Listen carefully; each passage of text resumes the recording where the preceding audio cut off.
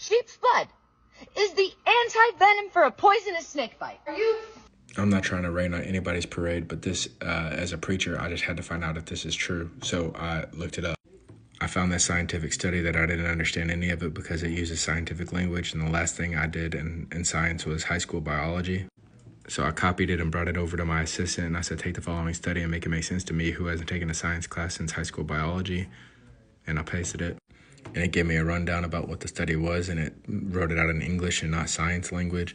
Big takeaway, a new antivenom made from sheep's antibodies look like a safer and effective way to treat bites from the European adder. I said, okay, interesting. So sheep's blood isn't antivenom, but it is used to produce antibodies. That is a significant difference and should be noted, but let's keep reading. How did the sheep blood produce antibodies to the snake venom? Well, great question. Here we go. Sheep are injected with a tiny safe amount of antivenom, or of snake venom. Then the sheep's immune system responds. Over time, it builds strong antibodies, and they collect the blood from the sheep, and the blood is processed to extract the antibody. Just so you know, they used to use horse blood for this, but some people are allergic to horses, and less people are allergic to sheep or ovine, apparently, and so now they use sheep. I'm not going to read all this, but apparently they use sheep antibodies for other things.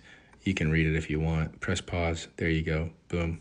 So I asked it, would it be a correct application or an incorrect application as a preacher to make a huge point about the blood of the lamb being anti-venom to the snake in our lives?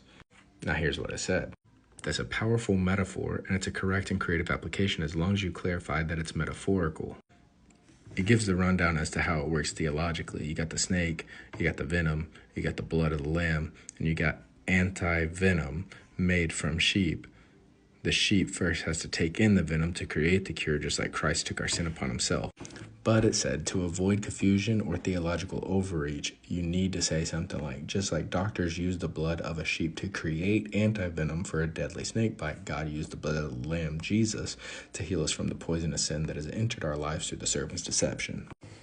So we should know that it could be used, and it's a really cool illustration, definitely going in my pocket. But when using it, make sure that we don't say or state that God set it up this way in order to reference his son.